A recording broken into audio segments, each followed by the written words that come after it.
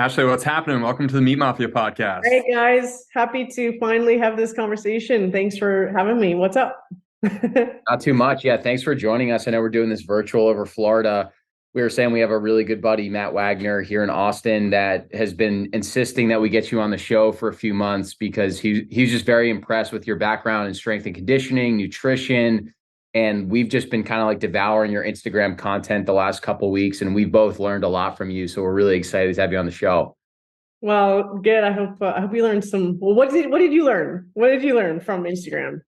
Well, there's a lot to unpack because you have like the nutrition background, but a lot of the stuff on your Instagram page is really strength training focused. And one of the things that stood out to me first was that you have a really unique perspective on incorporating a lot more gymnastics and really these unique movements to I think like what traditional strength coaches will probably teach you. And so I would love to dive into more about like how you got started in gymnastics, because it seems like something that you've been doing for a while. Yeah. You guys want to start there? Let's do it. Yeah, that would be amazing. All right, cool. I got lucky. So let's just, it kind of, that's the story of how I recovered from having a sort of final blowout with my low back. So I, grew up as a gymnast, did all the sports, got into strength training in high school, just really loved it and continued that into university. I played soccer at University of Victoria, and the gym was like my first love. I loved being able to go and do my own thing and not have to always be on a team schedule. And fast forward into my mid 30s. I mean, I had back pain and just micro injuries over the course of most of my life.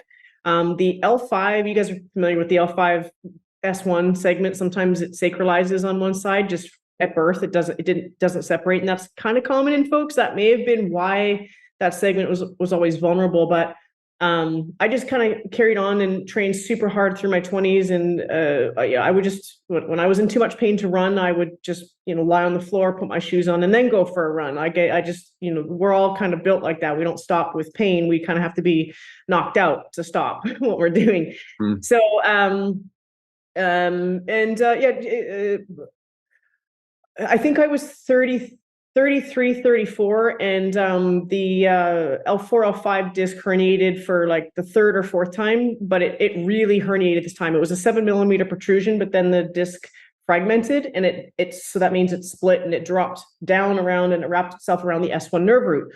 Well, the S1 nerve root feeds the whole lateral dermatome of the leg. So overnight, I lost function very gradual. It's like sort of like a machine having a spike driven into it, where it goes, and then it's like everything below it starts to shut down. And it was the weirdest night I've ever had, because it was sort of like my whole left leg, the glute, lateral hamstring, calf, Achilles, foot just went like, neurologically stopped working. And then my foot, by the end of the first 24 hours, was completely numb. It was actually really, really, really weird. So anyway, so all that story is kind of out there. So how I got into integrating gymnastic strength training was I had to have neurosurgery, not because I was in pain, but because if you don't get those disc fragments off of a nerve root, the nerve root dies. And then I would have permanently lost function of the S1 dermatome on the left side.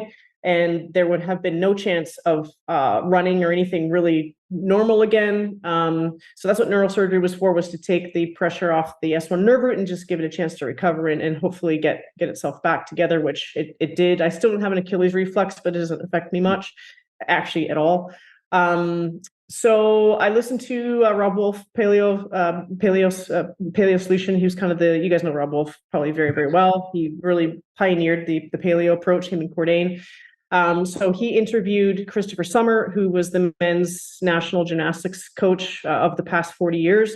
And their podcast actually talked about back injuries. And Christopher Sommer made it really clear that when his athletes grew up and left and went off to college, often began to run into injuries because the attention to detail with their training and mobility and stretching really kind of went out the window, and things went super heavy in the strength training direction. And so when he brought up back injuries, I was just like, well, clearly with all the courses I've taken and all the extra curriculum and all the extra PT and all the over the years, I've missed something. So I just went straight to gymnasticsbody.com and I bought all the foundational material, and I just started to apply all the stuff towards front lever, side lever, mana, middle split, front split. I did all of it, and thankfully it was the right move, because I integrated. I had to go heavy on the gymnastic strength training side at first, because I was very dominant in the other direction on strength training.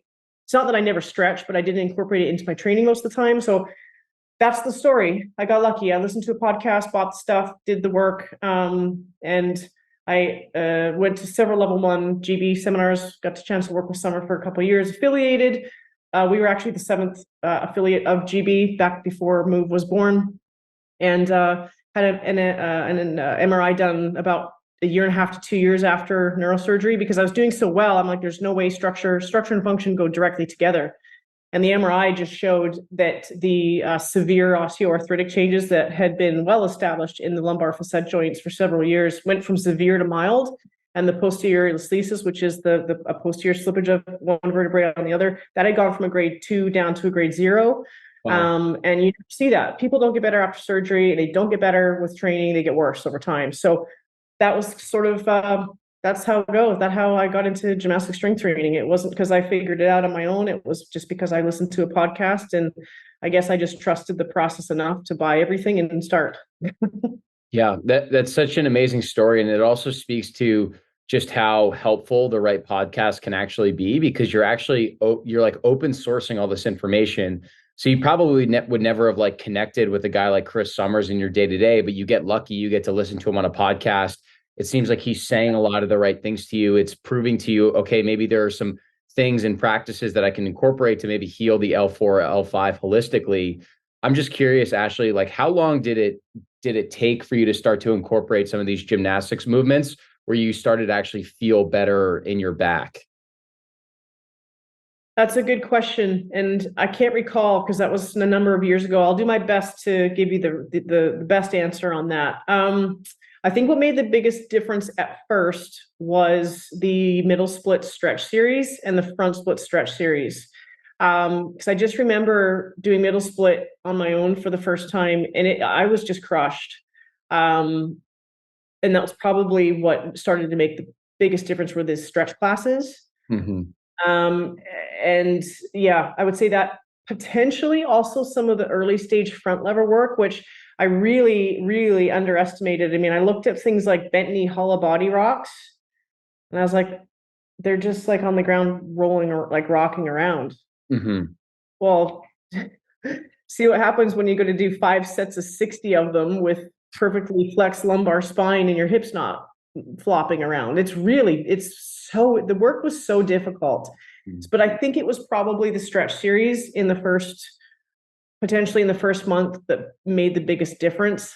And then the next eye opener, I believe the first level one I went to was in Texas. And I remember going to that seminar, and it was 50 very accomplished athletes in a CrossFit gym. Mm-hmm. And by the end of the warm-up, everybody was just crushed from doing stuff on the ground, like sitting on the ground, lifting your legs up, L-sit work. And Summer by this time kind of had started to figure out that the general public were not the same as his elite male gymnasts. But he would make fun of us. And he's like, what am I supposed to do with you guys for the next 2 days? You just died in warm-up. Yeah. Most of you can't even lift your legs off the ground. Wow. So that was the next big eye opener for me. And I think that was probably the first weekend where I realized, okay, I'm really going to have to stop cherry picking this material and kind of do all of it and really replace most of my lifting with this for a while and just see what happens. It's so interesting to me hearing that story, because I'm just envisioning someone who maybe doesn't have a great understanding of the human body, and they're hearing that, and they have back pain, and they're hearing you say the first thing that you did that really started to make a noticeable difference was front splits and side splits, which for most people, I think they would think that's primarily a lower body leg type of activation. And I'm curious, like, how would you unpack that to somebody who doesn't really understand the human body, movement styles that in the same way that you do? Yeah. How does that help the back? Yeah, I show them pictures of their anatomy. Yeah. Pull, like the lumbar spine and the pelvis. Yeah. And the femur, and then start to layer on the muscular attachments. The QL is what, 12th rib down to the top of the iliac crest, just that connection. And then the piriformis. I just showed them how connected the musculoskeletal structure is, and how the lumbar spine is, like, it sits it's in the pelvis, like it's right there. So when you have, say, glutes that are weak or haven't been trained properly in a while, even if they're really strong because they have been trained in deadlifts and squats and lunges for a while, but you've never trained hip internal and external rotation. The adductors have never been trained to do anything laterally or any kind of pancake work. When tension builds to a certain point, something above has got to give a little bit. And I just show them their anatomy, and once people see pictures of this stuff, they're like, oh, I didn't know the QL attached here and, originated here and attached here. Oh, piriformis crosses those. Oh, and they're like, okay. And they just can see that. And from there, we put someone in a middle split stretch class, and any debate about it at all is totally over. It's an amazing point into what Harry's saying, Ashleigh. I always just think it's amazing how so many times it's like the unsexy things are the things that really move the needle. And you can think about it from the context of nutrition. You know that if you eat real foods day in and day out, your metabolic health is going to improve. If you sleep 8 hours, your hormone health is going to improve.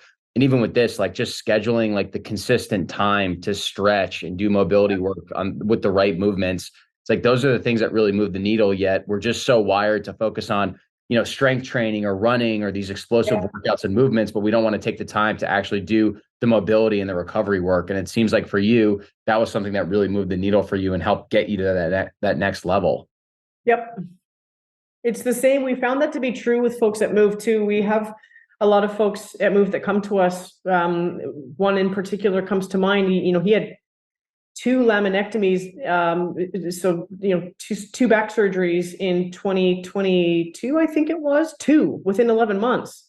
And this man's 42 years old. He's at least 6'2". He's a power lifter build. Was an incredible athlete, and he was kind of lining himself up for a 3rd surgery. Couldn't wash dishes without his back really spasming, and he didn't know what to do. And of course, if you don't know what to do, you keep going back to physicians who do know what they're doing in their craft. He came to MOVE and spent his first 6 weeks working with Jorge, and we did a post about him a little while ago. His name's Manny. He's doing incredibly well. He's actually able to golf now, let alone wash dishes without his back spasming. But Jorge had to do 6 weeks of not only stretch work and mobility, like loaded mobility, because he was so tight. Jorge had to partner stretch him for a couple of hours a week, and they'd both be drenched by the end of that session. And that's what got Manny over the line. Yeah. So you're talking about literally giving people's lives back by being able to correct some of these issues. Ashleigh, I'm just curious so I have a good buddy that's he's a high-level coach in the Seattle Mariners organization. And right before he was done competing and playing baseball at the collegiate level, he started doing gymnastics body strength work and said that it was life-changing, and said that he would never, for all of his athletes, he would recommend them getting to a gymnastic style of training because he found it to be so effective. For myself, or even for the listeners, could you kind of break down what does it actually mean to do gymnastics inspired strength training? Do you still touch weights? Is it just body weight work? Is it a combination of both of those things? I think that would be super helpful. Yeah, it's as with nutrition, it depends. But in the purest sense, think of it as calisthenics. So it is mostly body weight work, but it encompasses, let me just sort of wrap my head around how to best answer your question.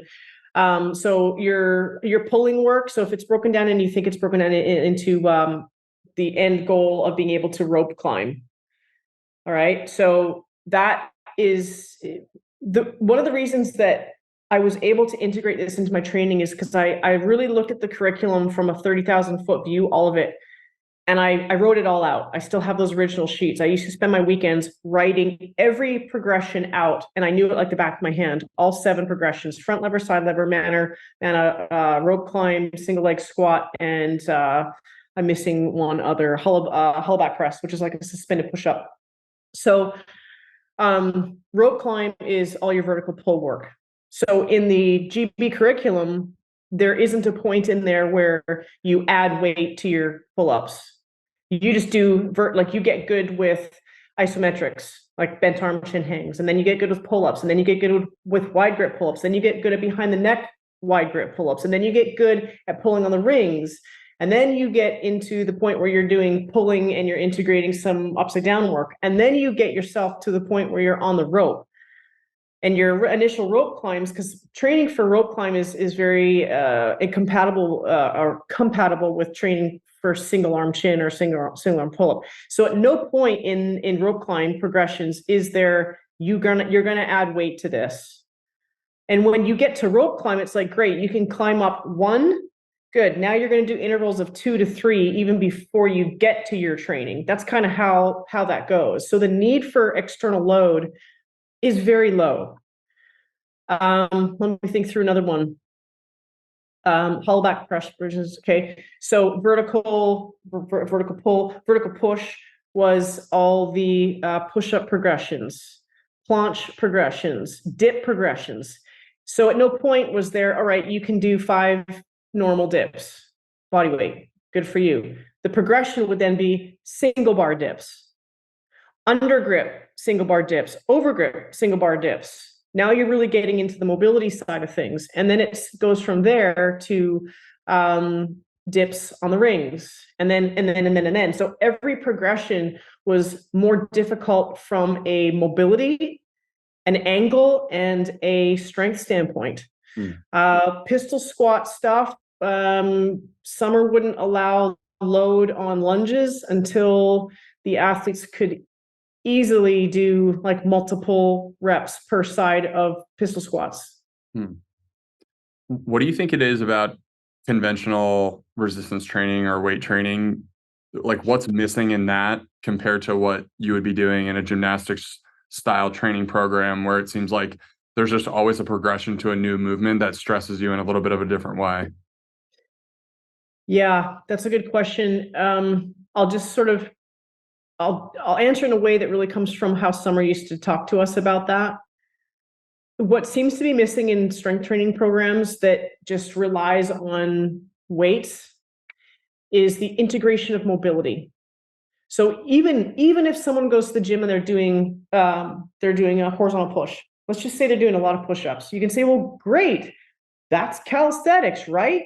That's gymnastic strength training. It's body weight. Well, it's a progression in line of about 28 other ones.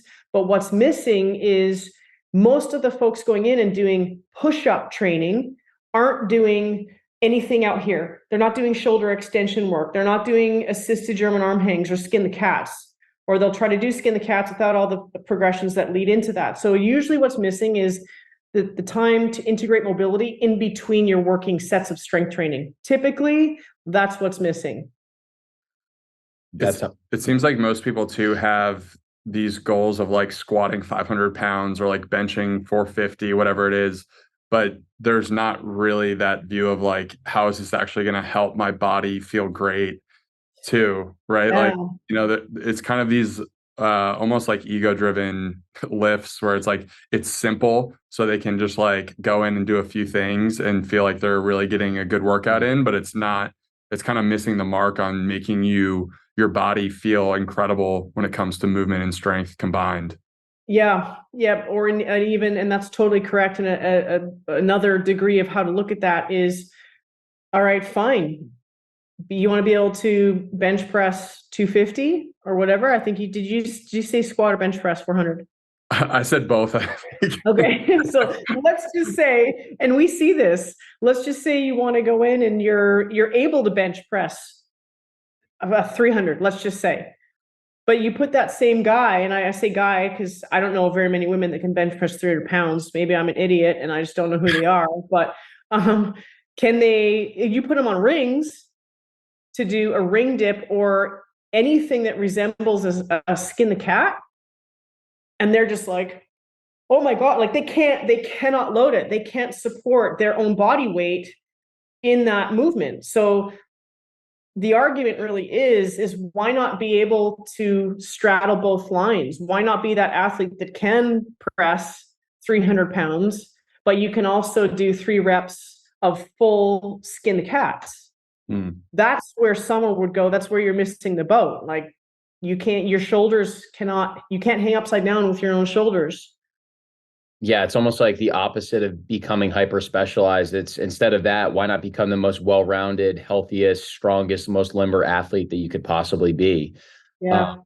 Ashleigh, I'm just curious, with some of the stretching and mobility work, either for yourself or your athletes, do you like them to do that like pre their workout, after their workout? Do you like them to like schedule like separate sessions for that? How do you think about having people scheduling some of that work in? So if it depends on the person and the time, the sessions don't need to be separated out necessarily. But say someone's got 90 minutes 3 times a week to train, the mobility is integrated. So I can speak to our online clients because at MOVE with the classes, there's a mixture of strength and mobility in almost every class that we do. But in dealing with folks in the online space, when like I'm in charge of their programming or Jay's in charge of their programming, we integrate that mobility in. And if they have additional time, say on the weekends, we'll do extra mobility work as required. But it's fairly uncommon for us to program where there's not mobility that's integrated in. If we depend on someone to do a second session or more training during the week for mobility, you can sometimes count on that being just taken off the table of priorities because life gets in the way. And that's why in GB, the mobility used to be labeled as IM, integrated mobility, not here's your strength drills and do your mobility later on.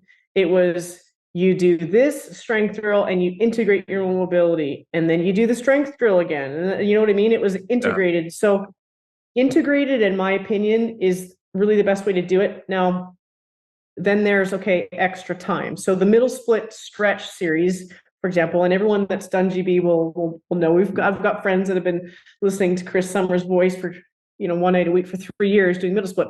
That's a separate session. And that's just a matter of, it depends on the person and can they fit those extra sessions in? If so, yes, because you're not going to do middle split stretch series for 45 minutes usually, and then go train.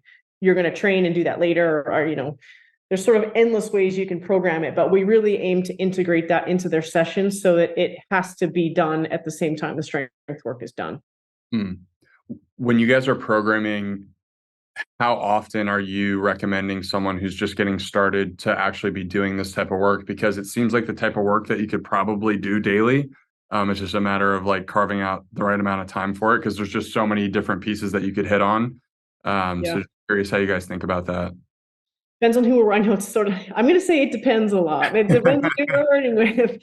So if we're working with someone who's, and again, my brain's going to go straight to the online space because this is where we customize stuff. We customize a lot of stuff at MOVE for our private clients too, but let's just say that they are coming to the table and they haven't trained for 3 years. Overweight, nutrition isn't great. Well, we're not going to program 7 days a week because they're not going to recover from that. And they're going to just kind of hate their life at the end of that week. We would generally go with say a 2 to 3 day split for the first couple of weeks, just to ease them in and see how they do with fairly standard volume and intensity, and then adjust as we go based on recovery, nutrition, and all that stuff. So everybody has a different starting point. We do have some people that come to the table and they're rock stars and they start with 7-day training protocols, obviously with the periodization kind of built into the week. So it does depend, but anywhere from, if we're dealing with the inflamed beginner, then it's different than the advanced athlete. That makes sense. Ashley, I feel like with you, we said this a little bit in the beginning. There's almost like two big pillars that accompany your philosophy. There's obviously like the strength training piece, the gymnastics strength training piece, and then there's also the nutrition angle that you bring to the table, which is partially how we really got connected through Matt and what you and I spoke about off camera. Has nutrition, like, what has your nutritional journey been like? Has this always been something that you've been passionate about? Is it something that's evolved over time? I think hearing your story around nutrition would be incredible too. All right. So, okay, the nutrition stuff actually began, you guys won't remember when Berardi launched Precision Nutrition, but are you familiar with Dr. John Berardi and Precision Nutrition? I'm not, no. My God. Who are we? Who are we? We're noobs. Oh, you guys are so funny. All right. So, well, this is 20 years ago. You guys are 25, 26, right? 28, 29, close enough. 29. Sorry.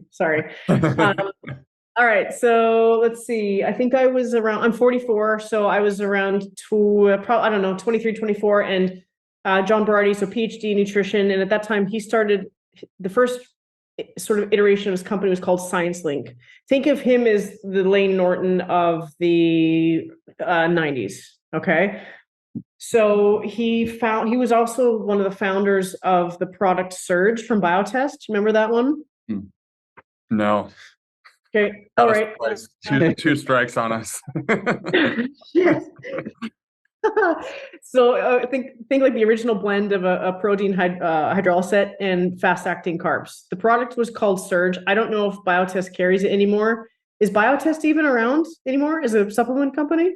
I don't know. I've heard of BioTrust, but not Biotest. Biotest, yeah. So this is when Chris Thibodeau was writing for T Nation. It was the T Nation days. No, it was T Nation striking. Strike three. Holy shit.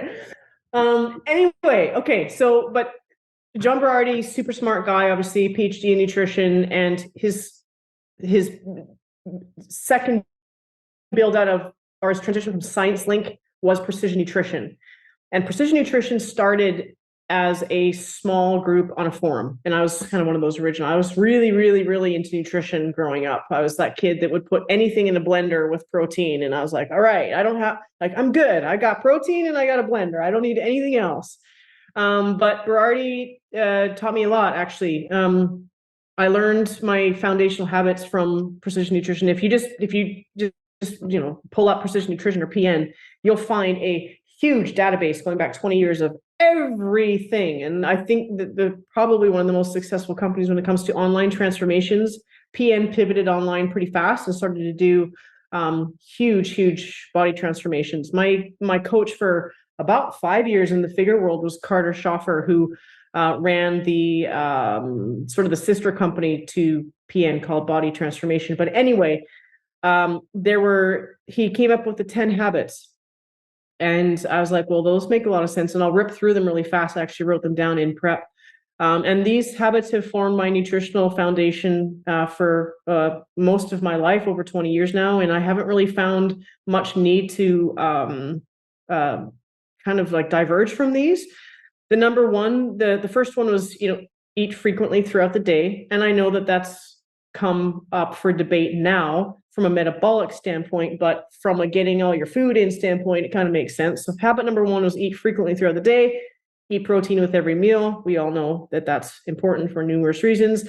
Number three, and this is one I use a lot with myself and my clients, is that fruit and veggie carbs are for post-training periods only. So anything that's grain-based or what you'd call a starchy carb, it's cool, but you got to have trained first. So earn your starchy carbs. Outside of that window, it's fruits and veg only. Focus on high performance fats. So all the good stuff like omega-3s, focus on those. Ditch calorie containing drinks and drink water and green tea instead, for obvious reasons. We don't need to be sucking back energy drinks and, all that crap all day. Habit 6 was when looking to improve your diet, choose whole foods over supplements. And I think we all know how to straddle that line. There's some supplements that I'd say are kind of non-negotiable. Number 7 was break the rules 10% of the time. So, in order to be successful long-term with body composition, you don't have to be Spartan. You don't have to be on point every meal. But if you're eating four times a day, let's say over 7 days a week, that's 28 meals. Well, if you break the rules 10% of the time, that's 2.8 meals a week. Let's round up to 3. So you get 3 meals a week where you can break the rules, and whether that's having a glass of wine or whatever it is. So, you know, that's built in. And most people, when they're dealing with nutrition, they want to know they've got some wiggle room. I don't care about wiggle room. You guys might not either. Some of us don't, but other people care about wiggle room. Prep your meals in advance. I think we all realize how important that is. And that's often people's biggest barrier, I find, in nutrition, is actually having their shit together and having food in the fridge and knowing how to keep that going on a weekly basis.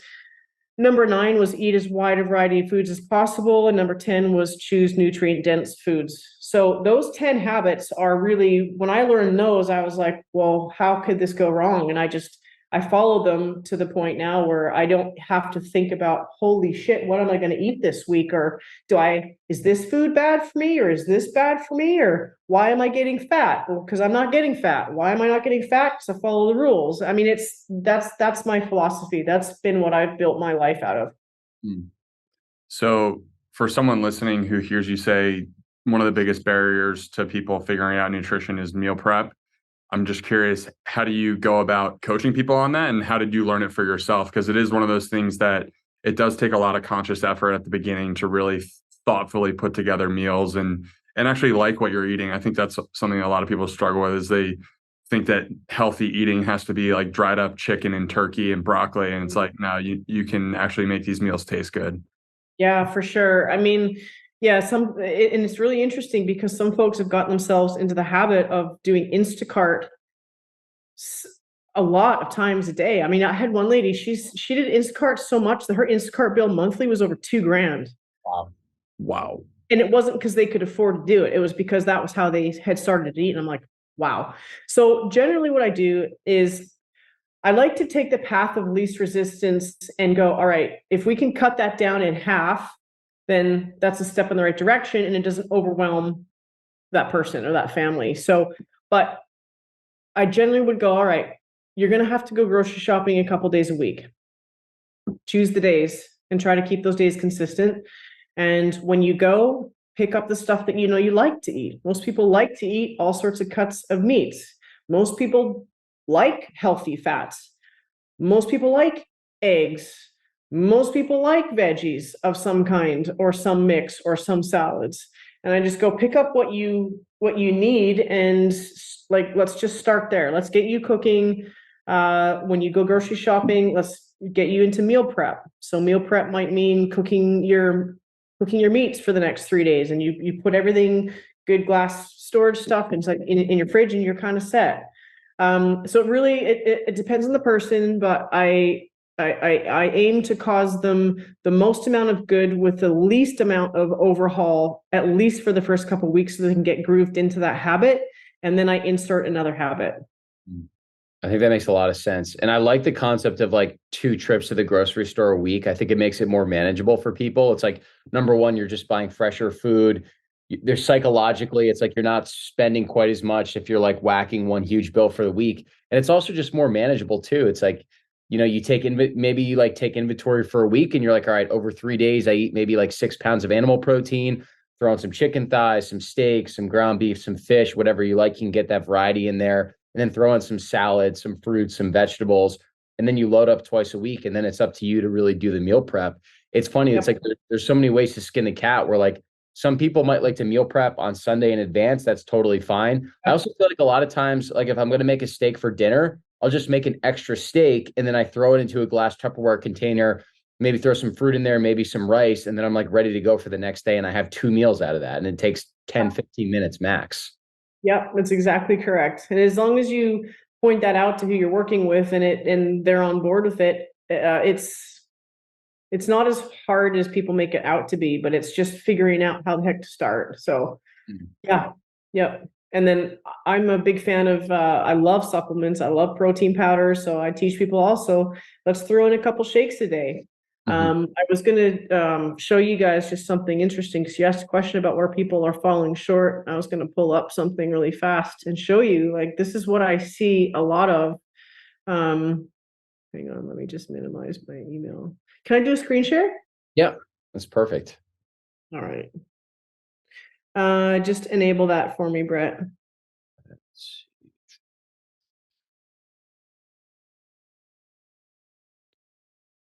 Let me try.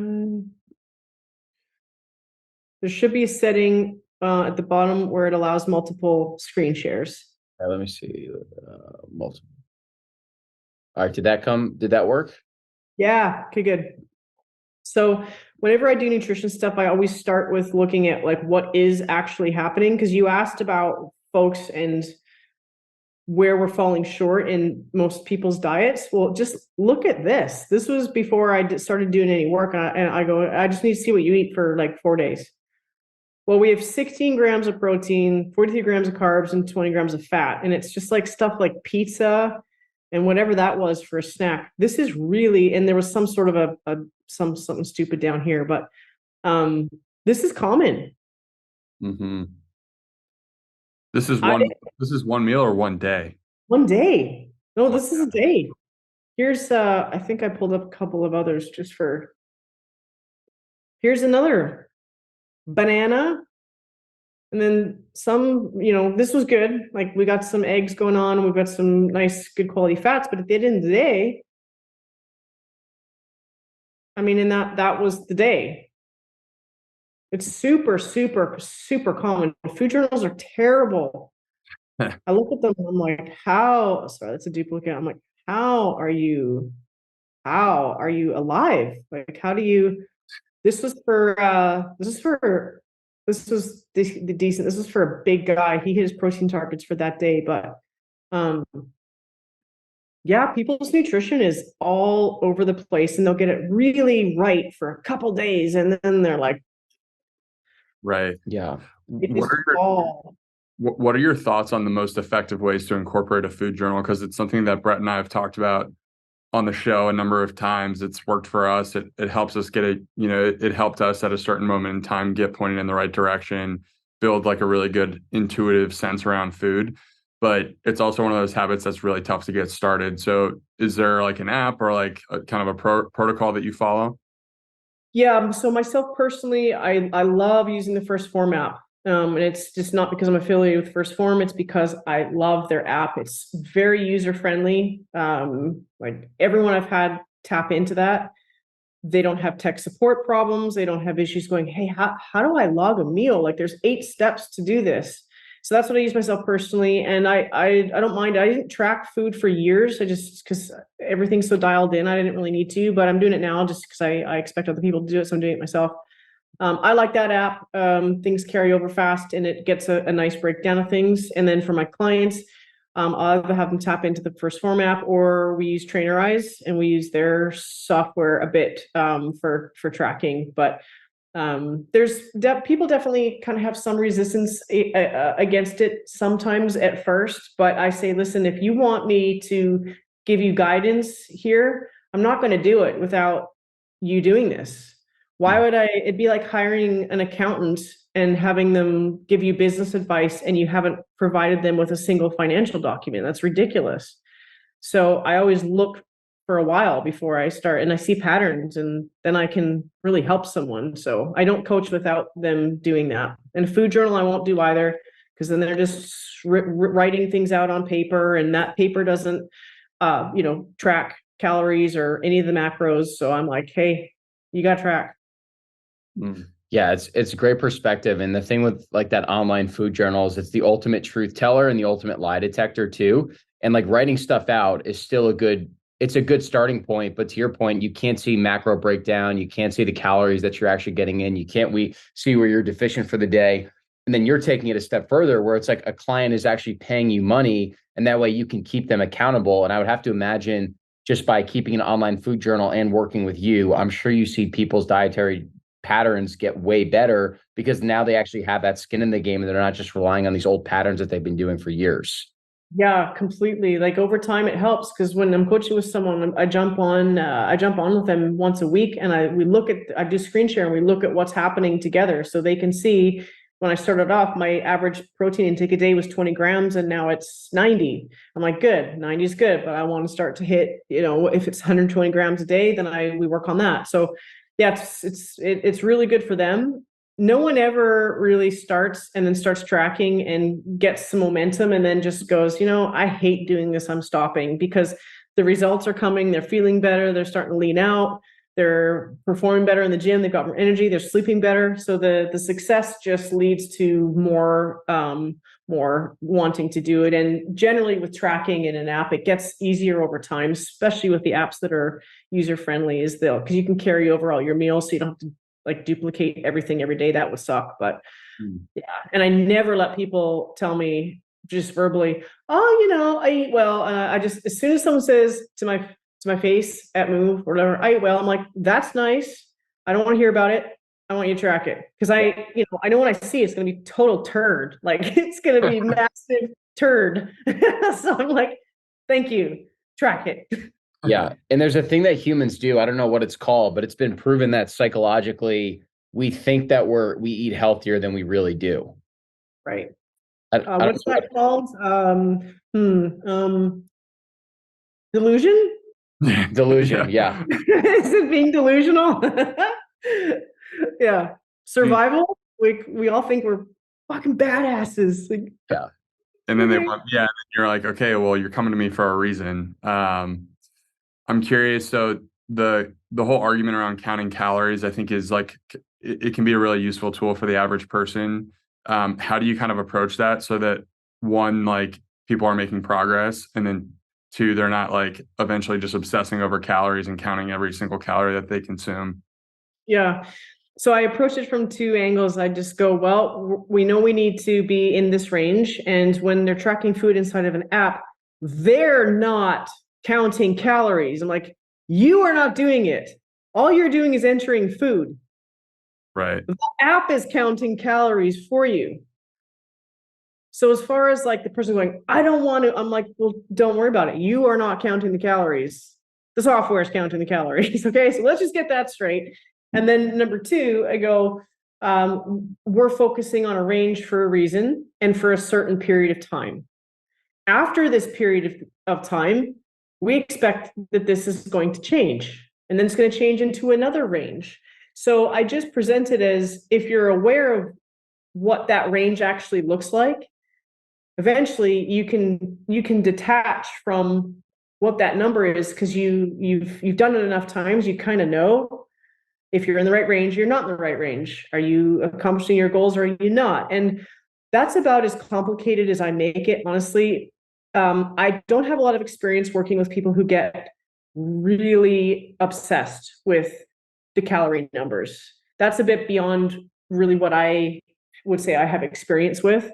But I don't enforce the obsession on it either. If someone has a week where they're missing their targets, I'm just like, cool. What do we need to do to adjust that?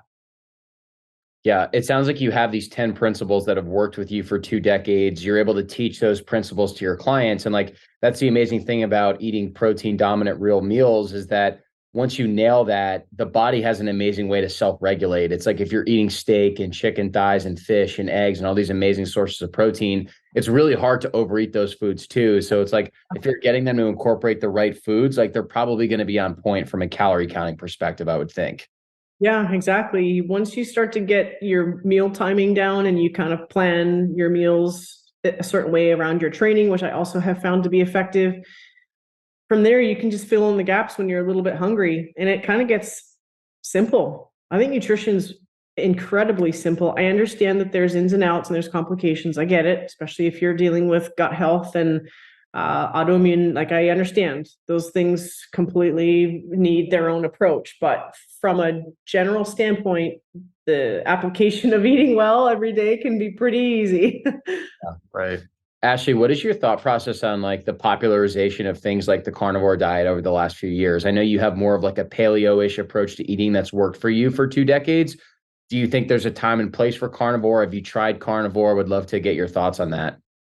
Yeah, well, I know, Brett, you've had super success with it from an autoimmunity standpoint. So from a gut health perspective, it's been great. And I use it like a tool. I'm not carnivore all year round. I know right. that like if I'm having a flare up or if I'm having stomach issues, okay, if I stick to these foods for like a week or a few weeks, that should clear my issues up. And then I have enough resilience where I can incorporate some of these other foods. But, I think it's a tool like anything else.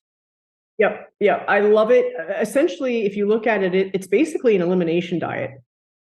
Okay. So I think that I've used an elimination diet with one gal over the last year, and she responded very well. We didn't go carnivore, but we just stripped out all the little stuff that she didn't need, like stupid things like rice cakes, stuff like that. I'm like, get that out of there. What's that even there for? Unless you're, prejudging in a bodybuilding show, you got to hammer some rice cakes down, right?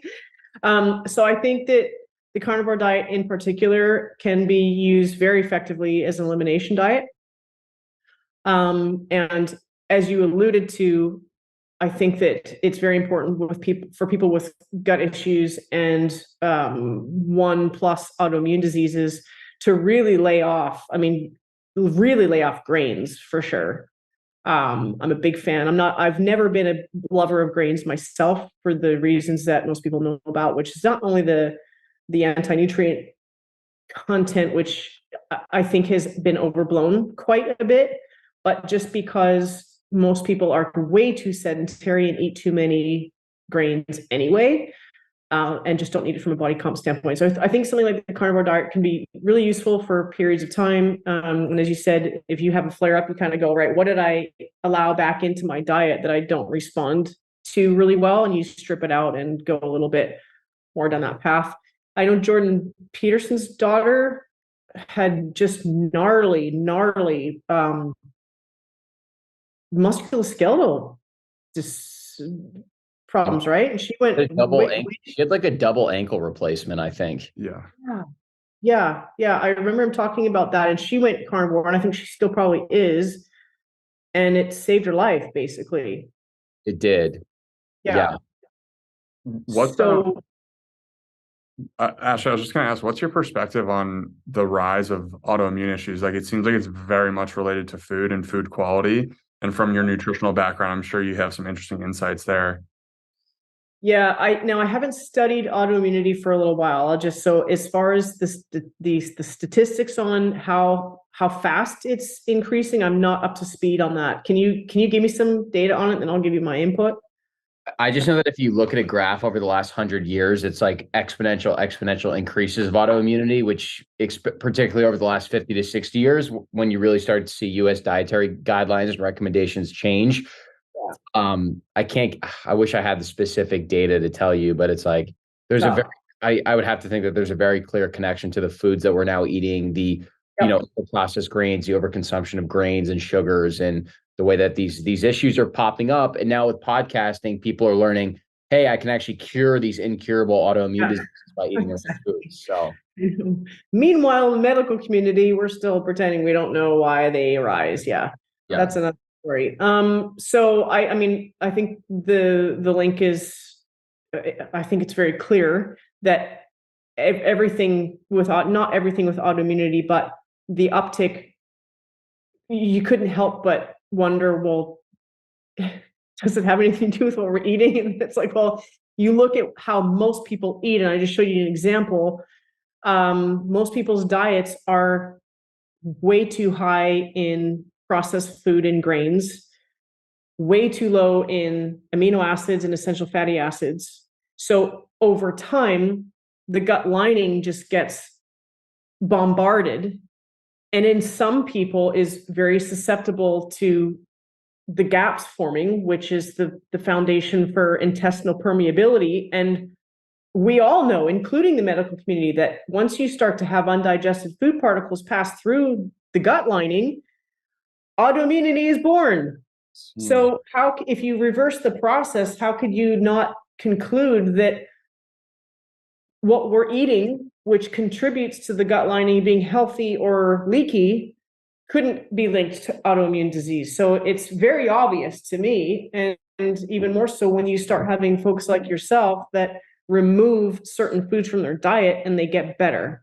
Like, okay, clearly there's a link. Yeah. And I believe that, grains used to be a very small and seasonal part of our diet, and they were properly, sprouted and soaked and prepared for days at a time. Well, now you can go and you buy grains, to eat all day for 3 years. Totally. Huge difference. Yeah. Ashleigh, are there any like quote unquote like real foods or natural foods, whether it's like beans, legumes, like tomatoes, nightshades, things like that you maybe stay away from because they just don't sit particularly well with your body? Like, is there anything that you just cut out completely? Yeah, I don't like beans and legumes. I've really never, I was like, I'm much more in favor of like roots and tubers. I love yams, squash, etc. So now if it's like, am I going to sit down and have a bowl of like kidney beans? Why would I do that? There's no appeal there for me. Now, if I were to do that, I wouldn't get sick. Like, it's not like my gut would blow up. I don't usually feel well because my body's so used to like fast-paced amino acids and essential fatty acids. I'm used to protein and healthy fats and, some veg and some sweet potato. So for myself personally, I just, I've been not a fan of grains for a long time, unless it's intermittent or in the post-training window. But other than that, I'm pretty good with almost everything else. The food's it's got to be high quality. Like on Sunday, I went out with a friend of mine, and he was so funny. He eats super healthy all the time, but he kind of decided, all right, this is going to be my my wing and blue cheese and margarita day. And I'm like, great. I ordered like probably 5 pounds of shrimp. Yeah. Because if I were to dive in and have what he's having, I don't know. I just feel like ass for the next half day. And I don't like feeling like crap. Yeah. It's like once you get to that point, you just like don't see the alternative as nearly as attractive. One of the things, another thing that I noticed about your Instagram, changing gears a little bit, was that you post frequently about Andy Frisella and his podcast. And it seems like he's obviously had a big influence on you, maybe from the business perspective, also nutrition, diet, lifestyle. Just curious what it is about his content that resonates with you. Yeah, that's an awesome question. So back when the US withdrew from Afghanistan, and what a nightmare that was, I just opened Instagram one day, and the VP of First Form, who's Sal, that's Sandy's brother, had recorded himself walking around the First Form headquarters, and he was on the most epic rant about that withdrawal that I'd seen. I'm like, who are these guys? And I'm like, oh, no way, First Form. Because back in the day when First Form was super small, I didn't pay too much attention because they weren't, the products weren't pharmaceutical grade. Okay. I don't believe at that time. So I just kind of moved on. But that's what caught my attention, was Sal and his rant. And then I did some due diligence. And I'm like, wow, these guys have really grown a lot. So I got in touch with someone at HQ, and from there, I tried a bunch of products. I like most of their stuff. And then I somehow got turned on to the Andy's podcast. And what I find so refreshing about his podcast, he's really helped me from a business standpoint, because what people don't talk about in business and what it actually takes to build a company, they don't talk about just the difficulty of it. Mm-hmm. And Andy is so real. And he's like, 14 days out of the month, I want to blow my brains out. And I'm like, really? You feel that way too? He's taught me that all of being almost like in fetal position with worry most weekends for the first 3 years, that's what I went through. Mm-hmm. Who am I going to talk to about that? I just thought it was me. Well, Andy's like, they were dead broke for over a decade. Nobody talks about that. Entrepreneurship is sort of kind of like paraded as this glamorous thing, and everyone's got private jets, and it's like, well, maybe eventually you can do that if you put the work in and you get good enough at what you're doing. But he's made it very real for me. And so I stopped feeling so alone in the business journey when I started to listen to him, because all of the back end stuff and all the agony and the worry and having to suddenly deal with 14 pissed off people in a week, and you're like, whoa, like, and then I'm like, okay, everybody actually goes through this, but nobody talks about it. That he brought me a lot of peace. So I actually take what he says now and I apply it. And he talks, it's real. And I just that's why I love listening to his stuff. I've turned my coaches onto it, the power list. We all operate off the power list, and that's been a bit of a godsend for us. Rather than just me operating off of a power list, it's everybody operating off of a power list, and it's helped my coaches. It's helped me help them. It's helped move. I love that podcast.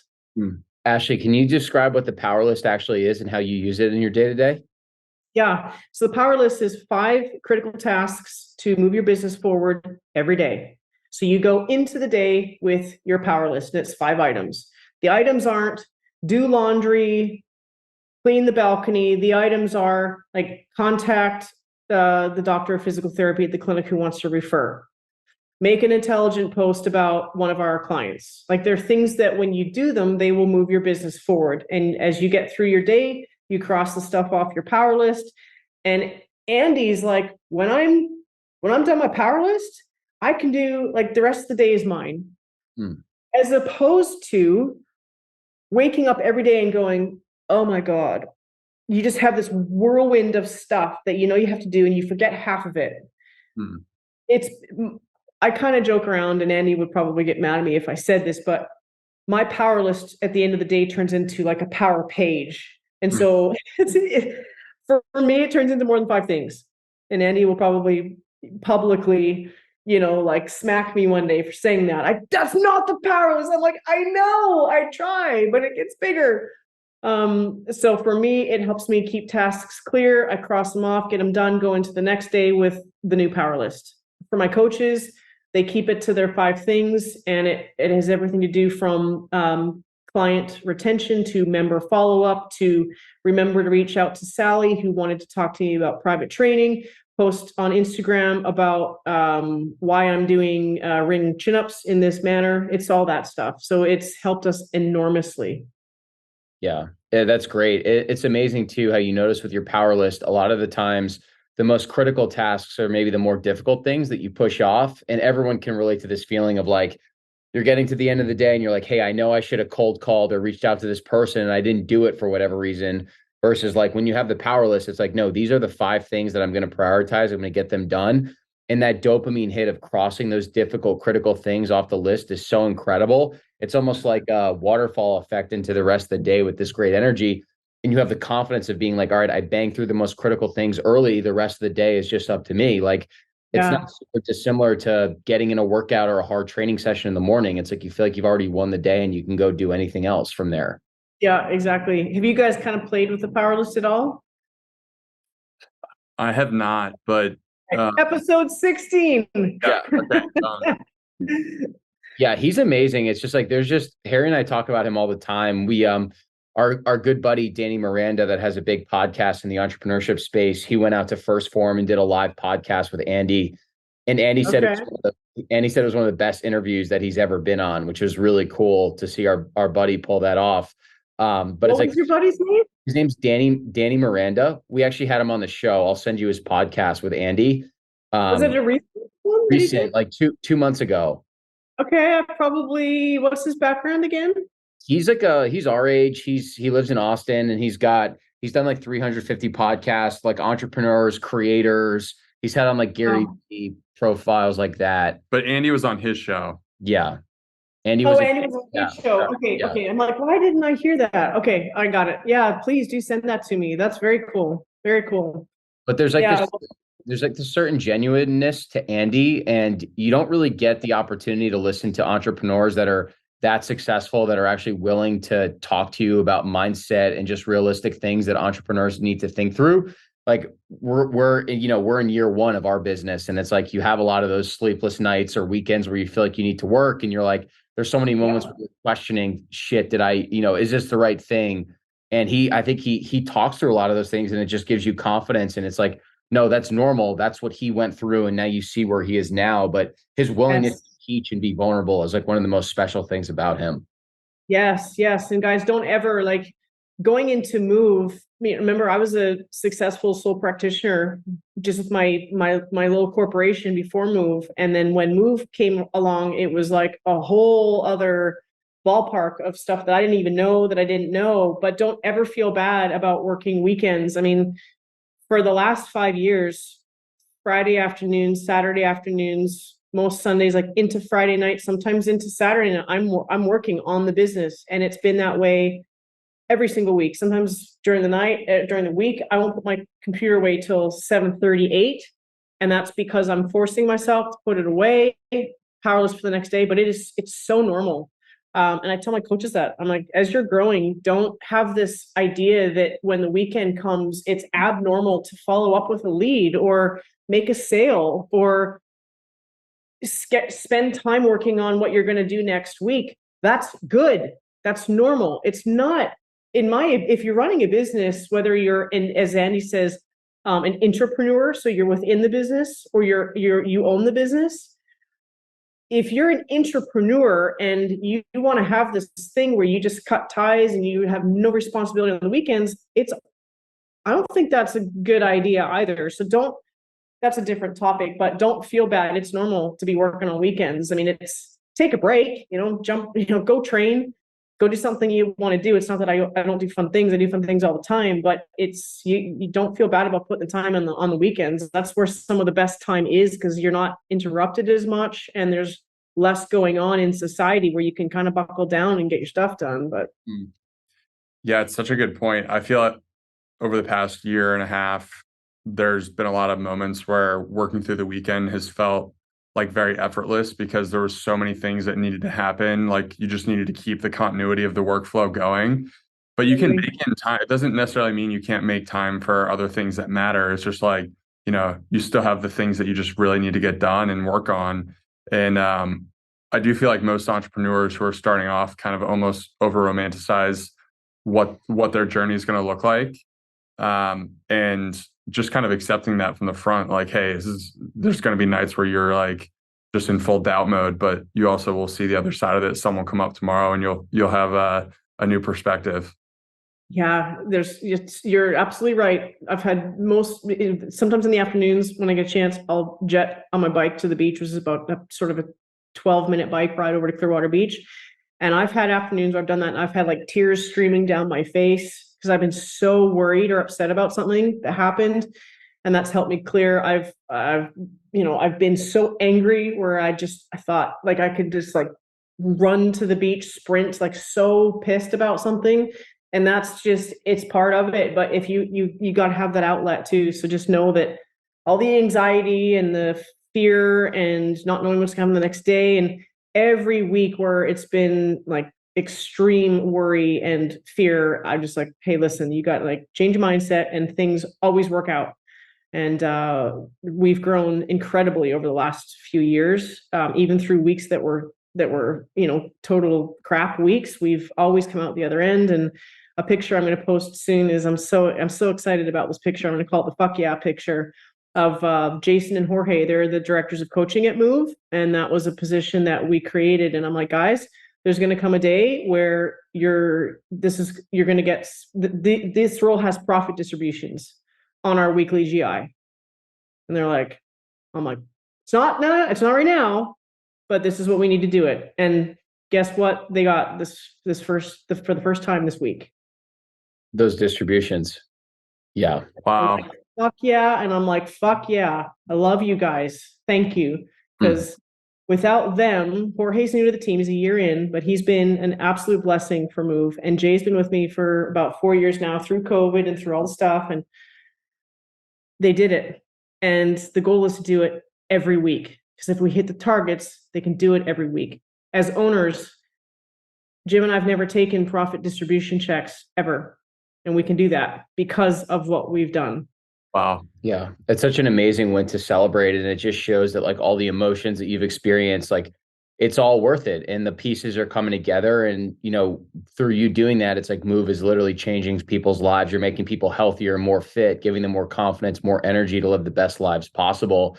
So it's cool to hear your story and your vulnerability, and like being willing to just share what it's like to build this whole business out. And it's really cool for us to watch. And, obviously we're big fans of your content and your message, and just so appreciative of you being willing to come on the show. It's been such a great conversation. And, we're really looking forward to getting you in Austin and hitting Gotta do it in Austin. Yeah, we'll start to plan it out. I know we've gone over, but guys, thank you. And we'll help you out in every single way that we can. And we'll talk about that offline, but thank you for having me. And you guys are super cool. You'll make it. You've got an incredible product. You just keep going. As Andy says, I'm like, okay, so you just have to be really good at what you do, which we all are. You guys are very good at what you do. All right. Then you gotta be really good and keep going. Mm-hmm. Absolutely. We appreciate it, Ashleigh. Thank you so much for doing this. Thanks, Ashleigh. Guys. Appreciate you.